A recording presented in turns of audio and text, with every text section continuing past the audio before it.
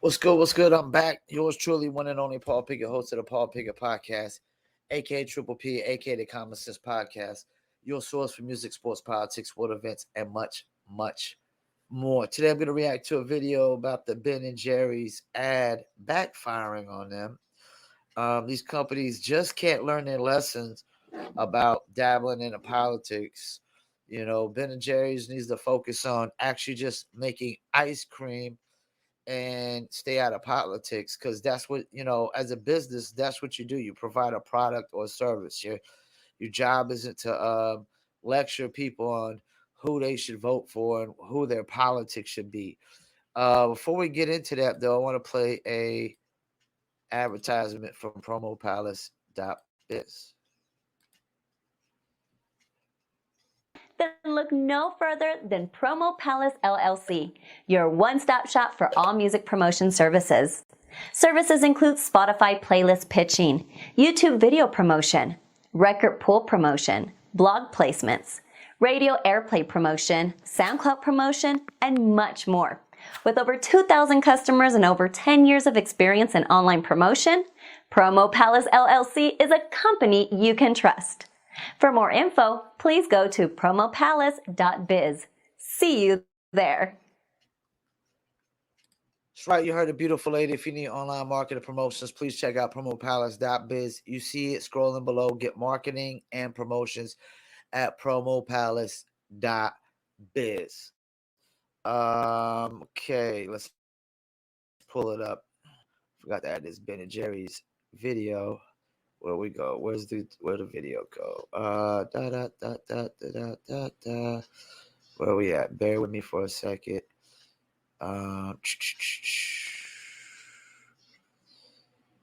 Where did I do with this video? Where did I do with this video? There we go.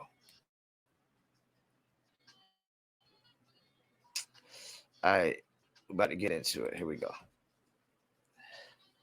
Ben and Jerry's return their stolen land the HQ is built on, to return what they have stolen from them. You see, Ben and Jerry's tweeted out on the 4th of July, or I think it was on the 4th of July. Did they have the tweet in the article? That, we are all on stolen land or whatever. I love it. They're now seeing a boycott because of it. Times of Israel says Ben and Jerry sees boycott call after July 4th appeal to return stolen indigenous land. They said on the 4th of July, it's hilarious. This 4th of July, it's high time we recognize the U.S. exists on stolen indigenous land and commit to returning it. Learn how to take more action now. I got an idea. Y'all can put your money where your mouth is and give back the land and start paying rent to the Native Americans whose land you're on. How about that? Yeah, but that's not going to happen because, see, the problem is with all these liberal, far-left Democratic messages is you can always find a crack in there somewhere. You always look and you see there's a crack. And you know what that crack always leads to? A double standard or an hypocrisy. I would argue that all land on the planet is probably not occupied by the original people who occupied those lands. So yeah, there's that. So is everybody just gonna give land back to just everybody? I mean, and more I watch movies like Viking movies, and more I watch what's going on with the war in Russia and Ukraine, and the more I look at geography and Europe and Africa and Asia and all these other countries. Like take for example in Arabic countries. Arabic countries had to do some conquering. Why did they have to do some conquering? Because they don't have a lot of resources in the middle of the desert. Duh. I mean, we gotta apply common sense and common knowledge to this. Like, why do most people conquer? For resources. American land is some of the most fertile, if not the most fertile farmland on the planet. You get down to South America, you can grow all the fruits you want. I mean, between North and South America, you can grow pretty much any crop that you could think of. You could grow plenty food. Some of these other countries, they can't even grow crops. Like Irish had a famine for 400 years where they only had potatoes. Like Russia, what the hell are they growing in Russia? What the hell are they growing in the middle of the desert? What the hell are they growing in the middle of the desert in Egypt and a lot of these places? You know, um, Nothing, man. A lot of these places, even like the Vikings where they were at in Norway and stuff like that, there isn't like this just great farmland, and it's super cold a lot longer in places like that, which is you can't grow nothing when it's super cold like that. So yeah, man, people never apply common sense and common knowledge that um conquering was going to happen regardless, because there wasn't a lot of resources over there, um across the pond, as the English say. Across the pond there wasn't a lot of resources in a lot of places. A lot of those places didn't have a lot of resources to grow food and things of that nature. So, I always thought the Vikings were always conquering just to conquer. No, partially why they were conquering was they were looking for farmland as well. So we try to always, you know, label them as these savage brutes that just conquered for no reason. Like they just did it for sport. Readers added context as despite Ben and Jerry's supposed commitment to returning land they feel was stolen, they have yet to reach out to the tribe whose land their HQ is on and arrange a return of the land to them. Oh boy. I love this one. Well, I do the too. tribe is making the demand. They say, good sirs, we will take you up on your offer. You must give us the land back. From 13 ABC, they say, members of an indigenous tribe who are descendants of Native Americans have reportedly expressed interest in taking back the land now occupied by popular ice cream makers Ben and Jerry's after the company made a controversial call for America to return stolen land. Chief of the Nulhagen Band of the Kusuk Abenaki Nation, Don Stevens, tells Newsweek that his tribe is always interested in reclaiming the stewardship of our lands. But the ice cream company has yet to contact them regarding land its headquarters now sits on. Of course. Of course, because this is how it always works. It's like when people say these things, they're not telling themselves to give back land to Native Americans. They're telling everybody else they got to. This is how virtue signaling always works. Anybody who virtue signals, it never really applies to them. Like once you tell them to do whatever they're virtue signaling about, oh no, I didn't mean me. I meant, everybody else. That's how it always works. And yeah, like they shot themselves in the foot with this one, put they own foot in their mouth with this one, because now the hypocrisy and the double standard is coming out just because you want to virtue signal and play politics instead of sell ice cream. Let me know what I can do, guys. I am a firm believer of live and let live, to a great degree. And that is to say that if you believe in free speech, well, then I believe I will respect your right to free speech and we will all speak and have that debate. And if you oppose free speech, then I agree with you and I will censor you at every turn. You see how that works? You do unto others as they would have you do. You do unto others as they would do unto you, right? The idea being, if someone says speech should not be free, I'll say, okay, well, then we'll censor you, right? Because what you're advocating for applies to you, not others. Yeah. You see what I'm saying? Bam. What I just say, every time they spew these, crazy radical statements, they are not, they're not talking about themselves. They're talking about everybody else. It applies.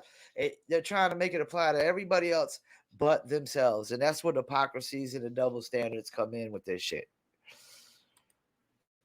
We're advocating for the way the world should be and how we want to live. But you do not get to tell other people how to live. So if you say I'm for free speech, I'll be like, well, I'll protect your free speech then. If you say I'm against it, well, So if Ben and Jerry's demands the return of stolen indigenous land, well, then, okay, well, all right, let's start with you. Yeah. And I will help facilitate that exchange. That is to say, I will absolutely look into how I can help the Cushic Abenaki Nation get their land back. I would love to pursue that. Absolutely, 100%. Of course he will. I wouldn't in every capacity because I don't believe in that. I believe we're well beyond this point. Nations get conquered all the time. It's a tragic reality of history. We don't do those things now. We try not to, but sometimes it still happens. But every nation has been conquered over and over and over again. Every great empire crumbled and collapsed. They were all beaten and destroyed. Because when there's a great empire, there's always a greater empire. Yeah, I think we're past this point. Should something have been done right away? Yes. But there's also an hypocrisy of Native Americans were conquering other Native Americans for their resources in their land. We really got to stop this shit. This horse shit double standards of, it's okay if we do it to ourselves, but when somebody else does it to us, oh no, they're evil. They're the worst person. It's like, slavery, same thing with slavery. Oh, Africans enslave other Africans. That's fine. White man slave that buys slaves from Africans. Oh, we're the devil. We're the worst, the most evil people on the planet. First of all, we didn't invent slavery. Africans invented slavery. We're being called the most evil people on the planet for something we didn't even invent. If Africans and black people are first on this planet, they also invented slavery. That's facts. That's facts. Egyptians were Africans. They enslaved people long before Europeans were enslaving people. long before so we gotta stop with this hypocritical stance of, oh, we can do it to each other and it's okay, but as soon as somebody of the opposite race or culture does it to us, it's the most evil thing on the fucking planet. Same thing with what goes on in Chicago, black kids killing black kids every day, and then we want to say cops are, LeBron want to say cops out here hunting down black people, but they're not killing them every day. So what are we talking about here? Hunters are killing every day if they can. They're trying to kill, something every single day. So we got to stop with these over exaggerations, these false narratives, these hypocritical stance, these double standards, and that's what's going on here. It's like, Ben and Jerry's like, yeah, everybody else got to give back stolen indigenous land except Ben and Jerry's. What? You fucking hypocrites. Got Chinese expansion in the South China Sea and things like that. So, we get it. But look, I'm here to help. Ben and Jerry's is trying to give back this land, and the Native Americans would like it back. Please let me know how I can assist. Maybe we'll get a billboard in Times Square or something. We've done that quite a bit, haven't we? The ice cream company added in that tweet a link to its website where it further detailed its call to action, saying America should start by returning Mount Rushmore. Well, that's difficult because that's a government thing, but we can start with your land. The ice cream maker's words stirred a wave of backlash that has led to calls for a boycott and even a dip in the company's stock. Wow. The Abenaki Nation, which is a confederacy of many tribes that banded together to stop the encroachment of rival tribes, at one time controlled an area of land in America that now spans from northern Massachusetts to New Brunswick, Canada, according to Newsweek. That reportedly means the land is home to the Ben & Jerry's headquarters in South Burlington, Vermont. That land was once part of the Abenaki Nation's territory. Critics had pointed to this fact And some online even called the ice cream company hypocrites for not returning the stolen land it sits on while calling for others to do so. Ben & Jerry's has so far not publicly responded to calls to return its headquarters land. The national desk has reached out to the ice cream company, but is yet to hear back. If a response is received, it will be added to this article. All right. Yeah, this is just like the Bud Light campaign. Bud Light sits there and says, "Oh, you got this chick who was actually drinking beer like a frat boy in college, sitting there saying, "Oh, we got to get away from the frat boy image of beer drinking." Well, that's who drinks beers, frat boys, and men who work hard every day, 9 to 5, and come home and want to drink a beer and watch a football game on Sunday while they're drinking a beer. That's who drinks beers. Duh. 85% of beer drinkers are men, so you can say it's a frat boy kind of thing. So it's like we want to get rid of the frat boy image, and we want to appease this 1% of the population who can't even drink, and most of them can't even drink beer yet for another 7 years. But we want to market to them, and in the process, we're going to alienate our frat boy beer drinkers, and then we start to realize, oh, our frat boy beer drinkers will stop buying beer from us. Well, what do you expect, you stupid fucks? You alienate them. And then you try to, you try to backtrack a little bit and do some Americana ads. And then you also try to double down on the transgenderism and stuff. And it's like, okay, well, now you got the LGBTQ plus mafia pushing back on you and saying, hey, if you're going to support us, then support us 1,000%, and you didn't, and you done alienated like over half your consumer base and lost 25% of it, and you're not going to get it back. Ben & Jerry's are doing the same thing, because now you sit there, you take this virtue signaling woke stance and telling everybody else to give back land, but you don't want to give back land. And now you got Native American tribes like, well, okay, and what about you? How about you give back land first? Thank you. Since you're all for giving back land, yeah, appreciate it. How about you give back the land that your corporate headquarters is on? How about that? But I'm with Tim Pool. We're way past that. We're way past giving back land. And it's like Yellowstone, the TV show, which I really like Yellowstone because they get into a lot of the Native American stuff. And there was something he said on there is reservations were supposed to be a temporary thing, that he said we were supposed to go learn how to live white. But that's the thing, like living in civilizations isn't just a white thing, because black people invented civilizations. Africa invented civilizations. And part of being civilizations means living civil. We all agree on morals and rules, and we get along for the most part. That ain't a white man thing. That ain't just a European thing. Like, we didn't invent civilizations. That's horse shit. Civilizations were invented in Africa, in Egypt, and other places long before Europe. So this idea of living in civilizations is just a white European Western civilization thing. It's horseshit. It's horseshit.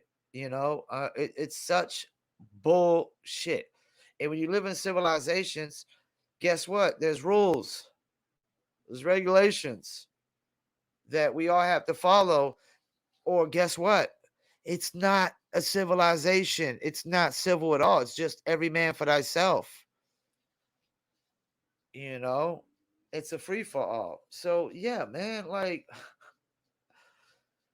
oh man, people just spew so many false narratives. So many false narratives. Yeah, companies, businesses, stop taking a political stance. Stop virtue signaling. Stop trying to lecture me when I go to buy some ice cream.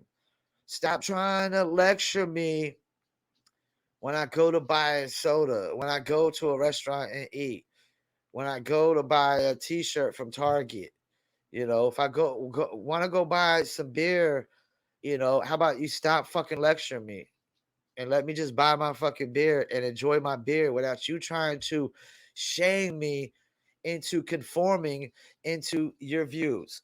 So businesses, I hope I hope music promo companies start doing this. I hope a shit ton of music promo companies just start taking political stances so I can just get all their business and all their customers can come to me because I'll never take a political stance. I'm not going to alienate, none of my consumers when, a lot of Democrats, a lot of Republicans, and a good portion are probably libertarians and part of the People's Party as well. And some might be socialists and communists. Yeah, and that's fine. If they make music, I'm in the business of promoting music. I don't judge, a musician on how well I'm going to promote their music based on their political views and their political stance. I would never ever do that. I would never go into this biased mindset. I don't even judge the music myself personally to say, well, hey, I don't really like this song, so I'm not going to put any real effort into marketing and promoting this song. No, it's not for me to say. It's not for me to judge. It's for the fans, the consumers to say whether they like this song or not. Because, there's plenty music out there, especially in the hip hop realm, that I don't like. And I would not buy as a consumer or have interest in as a consumer. But these artists have millions and millions of listeners. And who am I to say that there's not fan base out there for other artists like them when these artists similar to them got millions and millions of listeners? And I don't even like their product. I don't even like what they have to offer in the music business. But that's not for me to judge.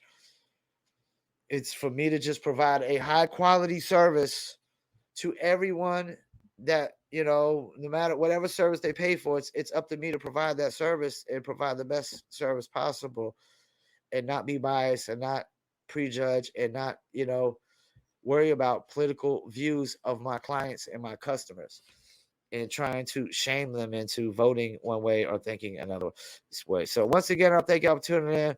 Paul Pickett Podcast. And I actually love reacting to any videos that have to do with businesses, virtue signaling, or trying to play politics or go woke. Because I'm a businessman, I'm self-employed, I'm in the marketing advertisement business, and it just reeks me that these businesses keep doing it and they don't see that this is the worst marketing strategy ever, alienating half your consumer base for no reason at all, for things you don't even truly believe in. Because Ben and Jerry's don't even believe in giving back indigenous land because they're not going to do it themselves. They just want a virtue signal and look good in front of a small portion of people. Once again, I'll thank you for tuning in, Paul Pickett Podcast, and I'm out. Peace.